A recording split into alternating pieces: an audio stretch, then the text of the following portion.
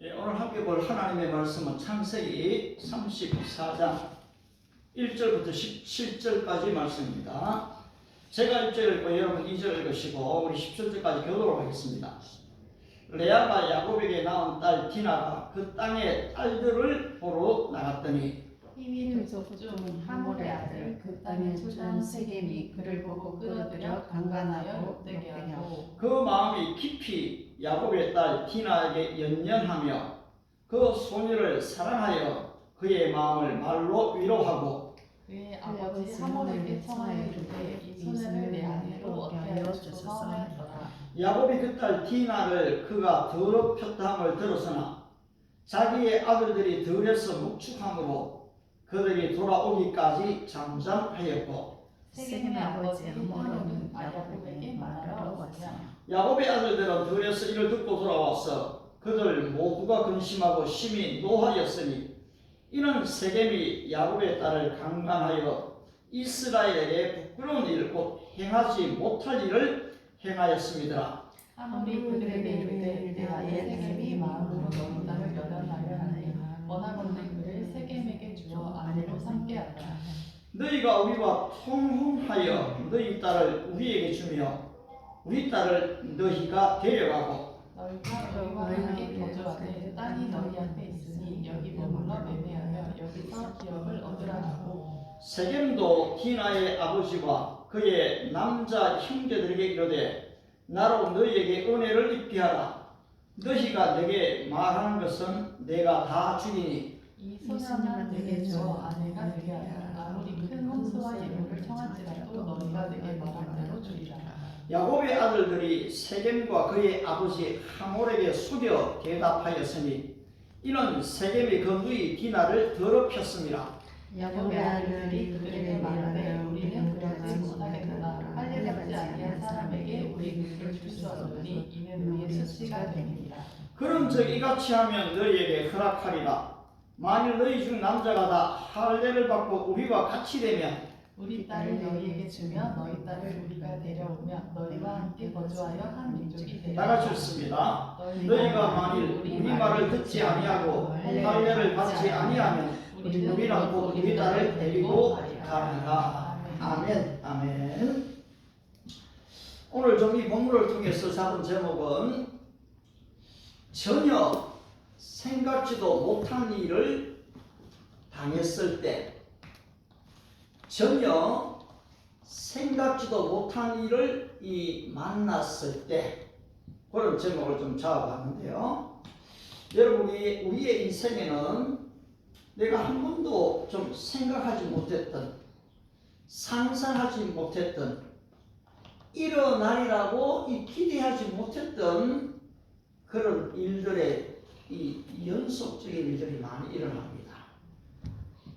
그런데 오늘 바로 우리가 읽었던 이 성경 본문이 야곱의 인생에서는 한 번도 생각해 보지 못한 일이 일어난 것입니다.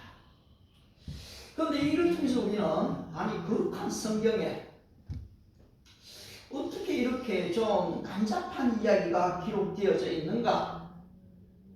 좀 할 수만 있으면 이 야곱의 생애에서 이 사건을 좀 숨기면 좋지 않겠습니까? 좀 기록되지 않으면 좀 좋을 것 같잖아요. 그런데 이상하게도 이 성경에는요, 지금 참 우리가 무슨 성경에 이런 얘기가 다 있어 하는 얘기들이 성경에 기록되어 있거든요. 이걸 통해서 하나님은 숨김이 없으신 하나님이시다. 또 우리 인생은 어느 것도 숨길 수가 없다는 것을 사실 보여줍니다. 그런데 여러분이 잘 아시는 이 거룩하신 예수님의 족보에 이방 여인 이 다말이라는 여인이 등장하거든요.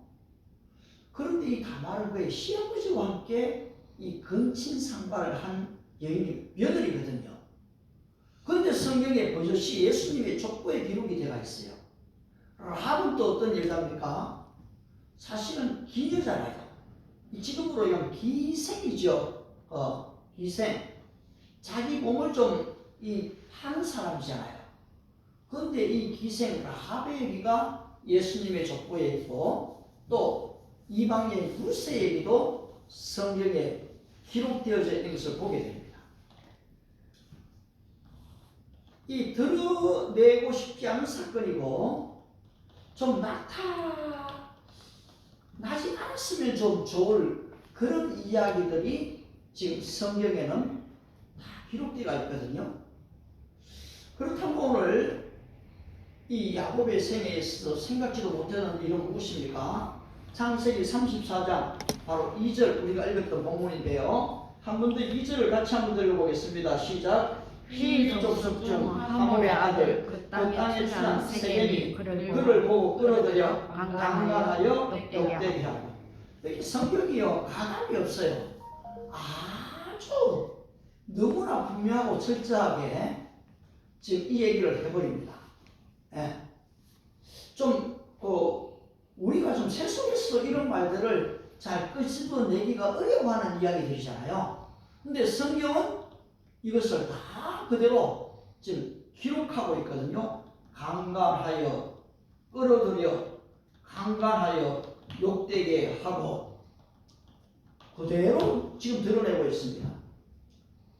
물론 우리가 우리의 인생에 있을 어떤 추한 모습들을 다 공개하고 떠들고 그렇게 이끌어낼 필요는 사실 없죠. 그런데 하나님의 인생 전체 이 드라마를 보게 되면은 여러분 이 성경에는 가감이 없어요. 다 드러나게 된다는 거죠.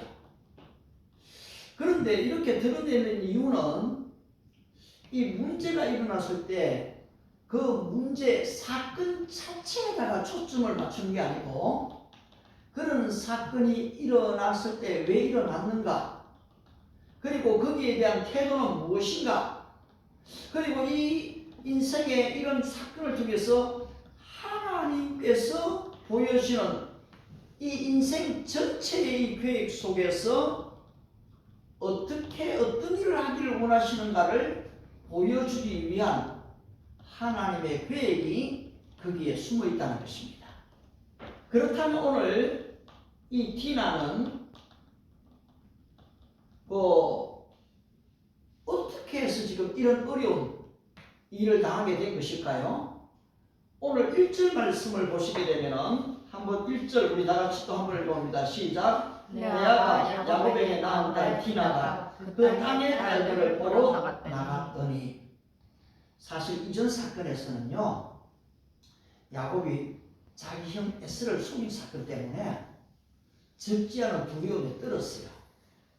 그리고 사실은 지금 고향으로 돌아가는 과정 속에서 바로 이 33장에서 형 에스를 만나고 에스에게 뇌물을 다 건넵니다. 그리고 그 마음을 위로합니다. 그리고서 이 세겜 땅에 형님 먼저 가십시오. 우리는 아직 아이들이 어리기 때문에 형님과 같이 갈 수가 없습니다.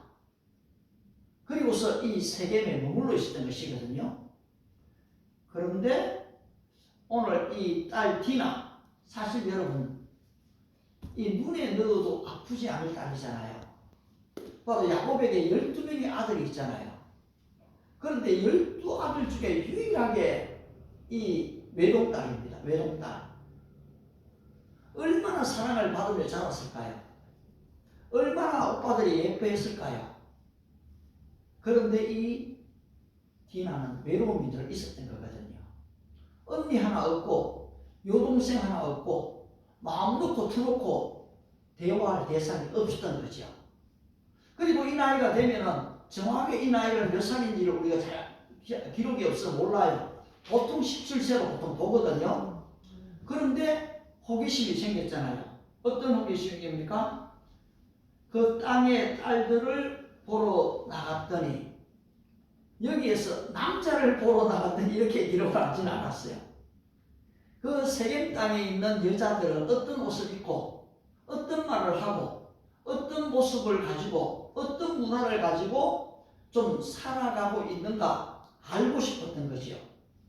이것은 누구나 자연스러운 호기심이지 않습니까? 내 또래 친구들이 좀 어떻게 지내는지 또 어떻게 사는지 다 좀 알고 싶죠. 그런데 지금 이런 생각을 가지고 그 밖으로 나갔는데 결국은 그 땅에 있는 딸들, 여자들을 만난 게 아니고 거기 세계 추장을 만난 거예요. 추장. 그리고 이 추장이 여러분 이 외국인을 보고 좀 어때요? 호기심이 있잖아요. 여러분들이 처음 외국인 봤을 때 어떻습니까? 우리가 TV를 통해서 보거나 뭐 또 다른 책자를 통해서 볼 수 있지만은 이 외국인들 보면 이 얼굴이 우리하고 틀리네. 눈이 지금 또 이 색깔이 틀리네. 키도 다르네. 이 호기심이 생깁니다. 그런데 이 추장 세겜이 그 디나를 봤을 때 너무 아름답게 보였어요. 아름답게 보이는 것까지 얼마나 좋습니까마는 결국은 자기의 욕정을 다 채워버리죠. 그래서 성경이 기록하기를 끌어들여라고 얘기합니다. 끌어들여. 이런 물리적인 힘이 강해졌다는 것이요. 그리고 강간하여 디나가 원하고 대화에 동의되어진 게 아니라는 것이요. 그 다음에는 욕되게 하고 엄청난 이 수치와 부끄러움을 느끼게 만들었다는 것입니다. 그렇습니다, 여러분. 지금 옛날이나 지금이나 또 앞으로 펼쳐질 미래도 인간의 이 육신적인 이 만족, 쾌락 이것은 없어지지 않습니다. 그래서 성경에서도 육신의 정욕과 안목의 정욕과 이생의 자락은 인간의 본성이고 끝까지 간다라고 얘기를 하고 있습니다. 그런데 지금 이렇게 끌어들여갖고 못된 짓을 하고서는 어떤 제안이 들어옵니까? 나는 너를 사랑한다는 것입니다. 어떻게 표현을 하고 있습니까? 한번 보니까 그 3절을 다시 한번 더 읽어보겠습니다. 시작. 그 마음이 깊이 야곱의 딸 디나에게 연명하며 그 소녀를 사랑하여 그의 마음을 말로 위로하고 결국은 자기의 육체적 만족을 채우고 나는 너를 사랑한다. 나는 너와 결혼하고 싶다. 내가 너의 소원을 다 들어주겠다. 나와 함께 하자. 여러분 어떻습니까? 이게 진정한 사랑일까요? 과연 디나는 이것을 그대로 받아들일 수가 있을까요? 여러분 사랑은 돈 주고 살 수가 없어요. 사랑은 절대로 일방적으로는 사랑을 느낄 수가 없습니다. 사랑은 반드시 쌍방이 돼야 되죠. 그래서 우리 예수님은 어떻게 말씀합니까? 너희가 서로 사랑하라고 얘기합니다. 내가 아무리 그 사람을 좋아해도 그 사람이 반응이 오지 않는 한은 사실은 이 사랑은 성숙될 수가 없는 거예요. 그래서 이 사랑에 인격이 있기 때문에 바로 같이 지금 자라가야 됩니다. 그런데 지금 이 세겜 추장은 일방적이죠. 바로 이 위장된 사랑으로 다가오는 이 많은 문제들이 있습니다. 오늘 디나의 생에서도 그렇고 야곱의 생에서도 한 번도 생각해 보지 못한 일이 이 가정에 벌어졌습니다. 여러분 오늘 우리가 사는 이 시대도 점점 우리가 생각지 못했던 일들이 일어나는 것을 보게 됩니다. 인공 로봇을 소재로 했던 이 영화들이 한 몇 개가 사실 있죠. 허라는 영화도 있고요. 그런데 그 인공 로봇 소재의 영화 중에 하나가 좀 그런 영화가 있죠. 아내가 너무나 업무가 회사 일이 바빠요. 그러다 보니까 집안 청소도 하기도 어렵고 아침이라도 아이들 깨우고 밥 해주기가 어려워요. 그래서 남편이 아내를 위해서 사실 이제 이 인공 로봇 돕는 사람을 좀 하나 이제 구입해가 오지요. 그런데 이 인공 로봇이 어떻습니까? 너무너무 상냥합니다. 성실합니다. 친절하지요. 청소를 잘하는 것은 말로도 할 수도 없고 엄마보다 식사요리를 더 잘합니다. 그런데 아이들이 무엇을 원하는지를 이 인공 로봇이 너무 잘 알아요. 그래서 아이들에게 그 필요한 것들을 다 공급해 줍니다. 그런데 엄마처럼 또 잔소리도 없어요. 남편이 일찍 오면 아내가 없는데 이 로봇, 인공 로봇하고 대화가 됩니다. 상당히 편안하게 이 대화를 다 해줍니다. 한 번도 경험해 보지 못했던 새로운 일들이, 새로운 시대가 지금 얼마 있지 않아서 이미 지금 왔기도 하고요. 우리 앞에 펼쳐지게 될 것입니다. 바로 이러한 새로운 시대가 도래되었을 때에 과연 사랑을 어떻게 정의할 수 있고 가정을 어떻게 정의할 수 있겠는가? 그랬을 때 어떤 일이 벌어질 것인가에 대해서도 한 번쯤 우리가 생각해 보는 것은 참 중요한 것 같습니다. 결국 이 디나가 이런 사랑의 고백을 받고서 참 마음 아파하고 힘들어할 때에 이때에 이 세겜의 태도를 우리는 좀 더 볼 수 있는데요. 4절에서 이 세겜이 그의 아버지에게 하몰에게 얘기하죠. 아버지, 내가 그 여자를 사랑하니까 좀 디나의 아버지에게 가서 우리 아들이 이렇게 사랑한다. 나를 좀 달라고 그렇게 요청해 주십시오. 그렇게 부탁을 합니다. 그리고서 또 어떻습니까? 8절에 보면은 하몰이 그들에게 이르되 내 아들 세겜이 마음으로 너희 딸을 연연하여 하니 원하는데 그를 세겜 내 아들에게 주어 아내로 좀 삼게 하자. 우리가 너희와 통혼하여 세겜 사람과 이스라엘 사람이 같이 섞이자는 거죠. 너희 딸을 우리에게 주며 우리 딸을 너희가 데려가고 너희가 우리와 함께 거주하되 여기 땅이 많지 않냐. 자꾸 이동할 필요 없이 너 여기서 땅도 줄 테니까 살아라. 여기 머물며 매매하여 하며 여기서 기업을 얻으라. 그렇게 이제 제안을 했죠. 그리고 뭐라고 얘기합니까? 12절에 이 소녀만 내게 주어 아내가 되게 하라. 아무리 큰 혼수와 예물을 청할지라도 여기에 이 물질의 넉넉함을 얘기합니다. 경제적 어려움이 전혀 없어요. 원하는 대로 다 주겠다는 것입니다. 큰 혼수와 예물을 청할지라도 너희가 내게 말한 대로 다 행하겠다. 여러분, 이 정도 되면 무슨 문제가 있습니까? 사실은 물질적으로 어려울 때는요, 이 문제가 해결된다면 뭐든지 하고 싶은 마음이 듭니다. 늘 떠돌아다니는 유목민들은 이제 좀 친척하고 싶은 마음이 얼마나 있어요. 집 한 채를 준다면 좀 이제 더 이상 떠나고 싶지가 않죠. 그런데 이러한 말이 들려왔을 때에 이 야곱과 그 아들들의 태도를 우리는 한번 볼 수가 있습니다. 먼저 여러분 5절 한번 볼까요? 5절. 다 같이 한번 5절 읽겠습니다. 야곱이 그 딸 디나를 그가 버렸다는 들었으나 자기의 아들들이 들여서 목축함으로 그들이 돌아오기까지 잠잠하였고. 야곱의 태도는 뭡니까? 지금은 말할 때가 아니다. 지금은 결정할 때가 아니다. 지금은 좀 잠잠하자. 아들이 돌아오고 나서 아들과 한번 얘기해보자. 그렇게 지금 얘기가 됐습니다.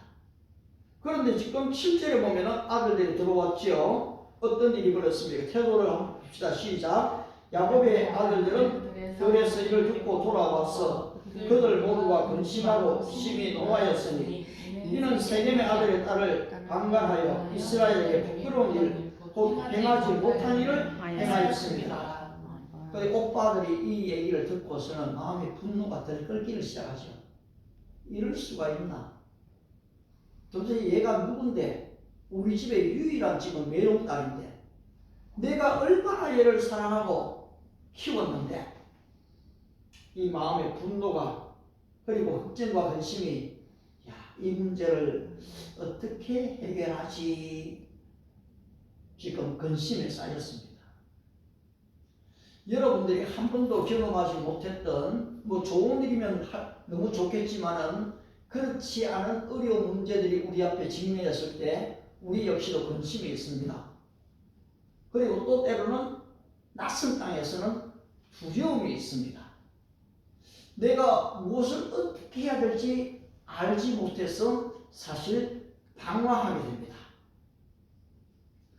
그런데 여러분 여기 이 내용들을 잘 피해보면요, 참 지금 이 머리 싸움을 하고 있는 걸 보게 돼요. 과연 세겜의 아버지 하몰은 통혼을 이야기하면서 이 사람들의 진정한 이익과 편의를 위해서 그렇게 제안할까요? 그리고 또 지금 이 야곱의 아들들은 이 얘기를 듣고서 어떻게 할까 지금 하다가 그들이 태도를 취합니다. 13절에 거절을 하죠. 여러분이 이걸 자세히 보시게 되면요, 비신자들, 불신자들과 어떻게 우리가 거래해야 되는가 하는 것도 우리가 좀 알게 돼요.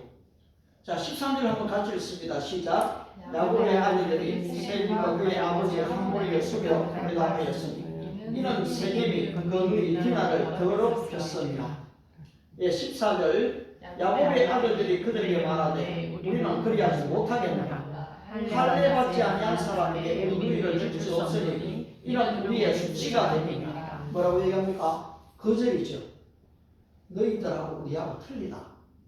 우리는 하나님의 백성이다. 우리는 할례 받지 않은 자들과 통혼할 수가 없다. 믿지 않는 자들과 멍에를 같이 하지 말라고 하죠. 따라서 맹자에 거절합니다. 여러분 굉장히 우리가 지금 안 믿는 사람들이 노라고 얘기하기를 힘들어할 때가 있는데요, 사실은 노라고 하는 방법을 배워야 돼요. 우리 예수님이 예면 예, 아니면 아니요 하라는 것을 가르쳐 주는데요, 근데 대부분이 우리 크리스찬들은 아니요에 대한 훈련이 잘 없습니다. 목사님들도 월요일날 좀 쉬고 있으면 어디서 갑자기 전화 와서 밥 먹으러 갑시다 하면은 그냥 좀 아무 생각 없이 밥 때문에 끌려갈 때가 있어요. 그런데 그건 아니거든요. 사실은요, 진짜 의미가 있고 대화의 내용이 있으면 괜찮지만은 그렇지 않으면 밥 한 그릇 먹기 위해서 그냥 모임에 갈 이유는 별로 없습니다. 저 같은 경우는 좀 그렇습니다. 아울러서 이렇게 냉철하게 거절을 하고서 그 다음에 끝나버리는 게 아니고 이미 이들은 전략을 좀 가지고 있습니다. 따라서 제안을 하게 되죠. 자, 15절 다 같이 한번 더 읽겠습니다. 시작. 그럼 이제 이같이 하면 너희에게 허락하리라. 만일 너희 중 남자가 다 할례를 받고 우리와 같이 되면 16절 우리 딸을 너희에게 주며 너희 딸을 우리가 데려오며 너희와 함께 거주하여 한 민족이 되게 하리라. 여기에 이렇습니다. 너희가 할례를 받으면은 그렇게 하겠다. 그래 어떻게 돼요? 세겜의 입장에서는 딸을 너무나 사랑하니까, 여러분 사랑하게 되면은 사실은요 약하게 되거든요. 치고 들어갑니다. 그러니까 뭐 요구하는 걸 다 들어주게 되는 거죠. 그런데 이들은 어떤 생각을 갖고 있습니까? 이미 얘들이 할례 그냥 싸우면은 우리가 질 수밖에 없으니까 남자들이 할례를 하면 가장 힘이 약해질 때가 3일째거든요. 그걸 이제 기획을 해놓은 거죠. 따라서 성경에서 이미 우리에게 가르쳐주는 게 잠언 24장 5절 6절이지요. 지혜 있는 자는 강하고 지식 있는 자는 힘을 더하나니 너는 이 취향으로 싸우라. 승리는 모사가 많음에 있느니라. 여러분 그래서 우리가 지혜를 얻을 필요가 있어요. 그리고 객관적인 지식을 가지고 있어야 됩니다. 대부분이 그 정보, 지식이 없기 때문에 우리가 잘못 가게 될 때가 많아요. 그래서 성경이 우리에게 어떻게 하십니까? 기도를 해도요, 지식 없는 소원을 가지고 기도하면 안 돼요. 그래서 뭐라고 하냐면 자문서가 지식 없는 소원은 우리의 걸음을 거룩하게 한다고 얘기하거든요. 그래서 어떤 사실을 위해서 기도할 때는요, 거기에 대해서 지식을 가져야 되고요. 또 이 지식을 가지고 있으면 하나님부터 지혜를 얻어야 됩니다. 이 지식을 활용할 수 있는 능력이 지혜거든요. 그런 면에서 이 지혜는 굉장히 중요하죠. 자, 오늘 이 사건의 최종 결말이 어떻게 나옵니까? 25절입니다. 25절. 다 같이 한번 또 25절 씁니다. 시작. 제3일에 아직 그들이 합할 때 야곱의 두 아들 디나의 오라버니 시몬과 레위가 각기 칼을 가지고 와서 몰래 그 성읍을 기스바에 그 모든 남자를 죽이고 칼로 하몰과 그의 아들 세겜을 죽이고 디나를 세겜의 집에서 데려가고 여기까지요. 지금 우리가 지난번 한번 사실은 이 피린내라는 이 싸움에 대해서 한번 살짝 얘기한 적이 있어요. 여기는. 그런데 지금 바로 이러한 사건이 벌어져 버린 겁니다. 여러분, 안 믿는 사람을 대할 때에 사실은 이 믿는 사람들도 이 머리 싸움을 좀 하게 되어 있습니다. 장사를 해도 그렇고요, 무역을 해도 그렇고요. 지금 우리가 직장에서 일을 할 때도 대화를 할 때도 마찬가지입니다. 그런데 이 잠언을 읽고 시편을 읽고 여러분이 이 창세기부터 요한계시록을 자꾸 읽으면 읽을수록 이 불신자들에게 내가 어떻게 말하고 대우해야 될지를 알게 돼요. 오늘 지금 처음에는 거절하잖아요. 그런데 그 다음에는 뭡니까? 제안하지 않습니까? 그런데 이 제안이 순수 제안은 아니죠, 사실. 바로 그 마음 속에는 이 복수를 달고 있는 제안이거든요. 그런데 결국은 이 사람들이 좋다 하고 달려들잖아요. 그래서 결국은 이 추장과 함께 그 세겜 땅의 모든 남자들이 다 멸해지는 그런 엄청난 지금 전쟁이 벌어져 버리게 된 거거든요. 이때 야곱은 굉장히 놀랍니다. 야곱이 이걸 계획한 건 아니에요. 30절을 한번 보십시오. 야곱이 시몬과 레위에게 이르되 너희가 내게 화를 끼쳐 나로 하여금 이 땅의 주민 곧 가나안 족속과 그의 숲속에 악취를 내게 하였도다. 나는 수가 적은즉 그들이 모여 나를 치고 나를 죽이리니 그러면 나와 내 집이 멸망하리라. 야곱은 아무래도 나이가 더 있으니까 그 다음을 생각하죠. 그러나 어떻습니까? 바로 시몬과 이 레위는 지금 당장이 급한 거예요. 그래서 결국 그들을 다 멸망시키고 아버지에게 도전합니다. 그들이 이르되 그가 우리 너희를 상녀같이 대우함이 옳은 일입니까? 여러분, 우리가 지금 이 야곱을 대할 때요, 사실은 아브라함도 군사를 거느리고 있는 족장이었거든요. 조카 롯이 사로잡혔을 때 어떻습니까? 381명의 군인들을 이끌고, 여기서 보면 성경에 집에서 길리고 연습한 자, 훈련시킨 자를 얘기해요. 그런 면에서 군대를 갖고 있었어요. 그리고 야곱 역시도 사실은 족장이거든요. 이런 면에서, 그런데 이 기질은 틀립니다. 이 야곱은 두려워 떨죠. 수가 적다는 걸 알고 있습니다. 그래서 아들들에게 악취를 내게 했다. 우리가 멸망하겠다. 그런데 이들은 아버지에게 도전하지요. 자, 그렇다면 왜 이 위대한 이 야곱의 세계에 바로 이 가정사의 얘기를 지금 이렇게 딱 집어넣어 갖고 이 사건을 오늘 후세 우리들에게 보여주고 있는 것일까요? 오늘 우리 사모님이 간증을 듣고 미연에 방지되었다. 사실은 여러분, 이런 일들이 일어나지 않게 만드는 것은 우리의 생애에 참 중요합니다. 낯선 땅에 가도 낯선 지역의 환경에 이 문화에 우리가 들어섰을 때에 이런 부분에 대해서 교육을 해야 됩니다. 지금 중국 애들이나 유학생들이 한국에 올 때요, 너에게 친절하게 하는 사람을 조심하라 하고 교육을 받고 온대요. 그래서 우리 크리스찬들이요, 친절하게 얘들이 받지를 못해요. 근데 그걸 알고요, 사실은 너무 친절하게 안 하려고 할 때가 많아요. 그냥 아주 기본적인 것만 하면 돼요.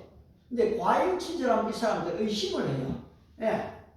그 다음에 또 어떻습니까? 우리도 지금 일본을 가거나 영국을 가거나 아프리카를 가면은 거기에 대한 교육을 좀 받게 되지 않습니까? 아울러 여러분 성경은요, 창세기부터 요한계시록까지 성에 대해서 잘 가르쳐주고 있어요. 그래서 이 성에 대한 성경 구절을 좀 공부하고 찾아보는 것은 굉장히 중요합니다. 인간의 본성도 알 수가 있고요. 그 다음 이런 지금 주장, 세겜 같은 사람들이 한둘인 게 아니거든요.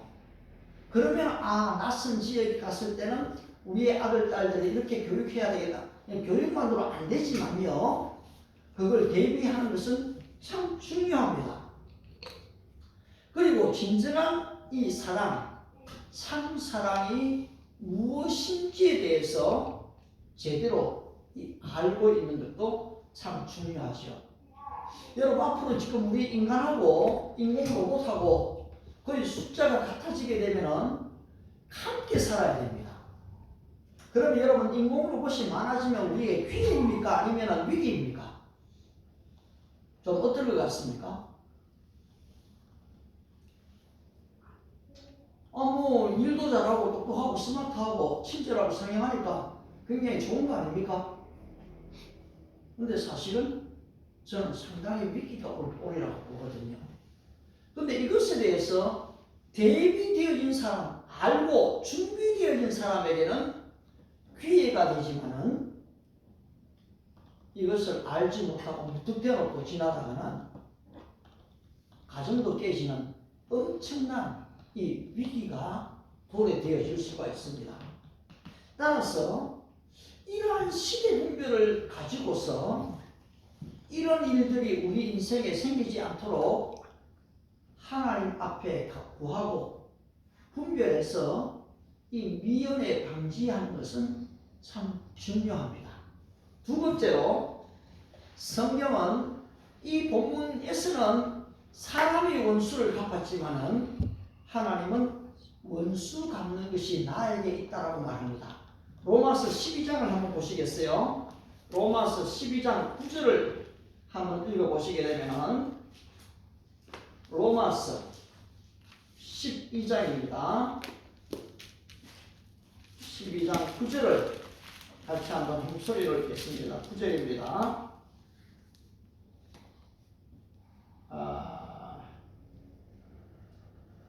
로마서 12장 19절이네요. 9절이 아니고 19절. 자, 다같이 한번 19절 읽습니다. 시작. 내 사랑하는 자들아, 너희가 친히 원수를 갚지 말고 하나님의 진노하심에 받으라 기록되었으니 원수 받는 것이 내게 있으니 내가 갚으리라고 주께서 말씀하시느니라. 여러분 그렇습니다. 내가 심판자가 될 수가 없다는 것입니다. 이렇게 원수를 갚아버리면 또 원수는 원수를 만들게 됩니다. 칼을 쓰는 자는 결국 칼로 망하게 되는 것이거든요. 따라서 성경은 바로 이 원수를 나로 하여금 갚지 못하게 만듭니다. 아울러 히브리서 10장 30절에서도 또 그렇게 말씀합니다. 신약 성경 히브리서 10장 30절을 보시면 원수 갚는 것이 내게 있으니 내가 갚으리라 하시고 또 다시 주께서 그의 백성을 심판하리라 말씀하신 것을 우리가 아노니 하나님이 심판하신다는 것이거든요. 따라서 우리가 이런 억울한 일을 당하고 진짜 한 번도 경험하지 못한 일을 당하고 때로는 눈물로 걱정으로 지낼 때 있지만은 내가 원수를 갚는 것은 아니고 하나님께 의탁하고 나면은 하나님이 대신 갚아주는 것을 보게 될 겁니다. 다윗이 사울에게 얼마나 어려움을 많이 당합니까? 죽을 고비를 넘기죠. 근데 자기가 원수를 갚지 않잖아요. 죽일 수 있는 절호의 기회가 오지만은 안 합니다. 하나님께 맡겨드리죠. 자, 마지막으로 바로 이런 본문을 통해서 우리에게 좀 주어지는 교훈을 또 보게 되면은, 여러분 분명히 지금 야곱의 생에서 이것은 비극이고 슬픔이고 눈물입니다. 완전히 이제는 망하게 될 것 같은 그런 상황이 되죠. 그런데 여러분 보다 긴 안목에서 인생을 보아야 한다는 것을 교훈합니다. 왜냐하니까 우리는 우리의 인생 전체를 보기가 좀 어려워요. 지금 눈앞에 펼쳐져 있는 당면한 사실 이 문제만을 볼 때가 많죠. 그런데 성경은 우리에게 어떻게 가르치는가 하니까, 하나님의 이 전체 긴 드라마 안에서 그 일어나고 있는 한 시점을 봐라. 그래, 그 한 시점을 통해서 전체를 볼 수 있어야 되고, 이 전체 속에서 부분을 좀 볼 수 있어야 된다는 거예요. 그리고 우리는 부분만으로 다 전체를 평가해 버리거든요. 심지어 어떤 사람은 자살해 버리잖아요. 성경은 그렇게 얘기하지 않아요. 이것은 야곱의 생애에서 한 부분이에요.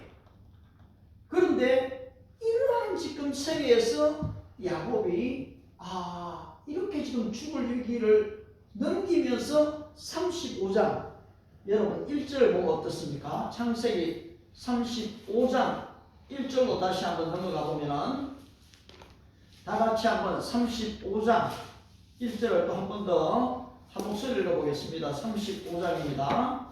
하나님이 야곱에게 이르시되 일어나 베델로 올라가서 거기 거주하며 내가 내 형 에스엔을 피하여 도망할 때 내게 나타났던 하나님께 거기서 제단을 쌓아라 하신지라.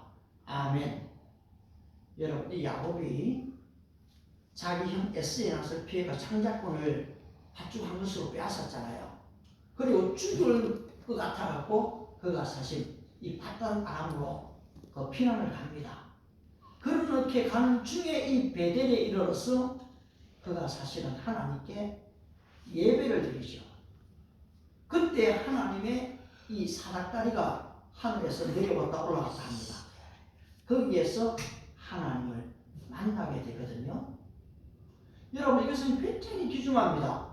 지금 야곱의 생애에서 이 엄청난 자기도 속고 또 라반에게 어려움도 당하고 형 에서에게 죽음의 고비를 넘기고 지금 세겜 추장에게 이런 일을 당하면서도 바로 이 야곱이 어떻게 합니까?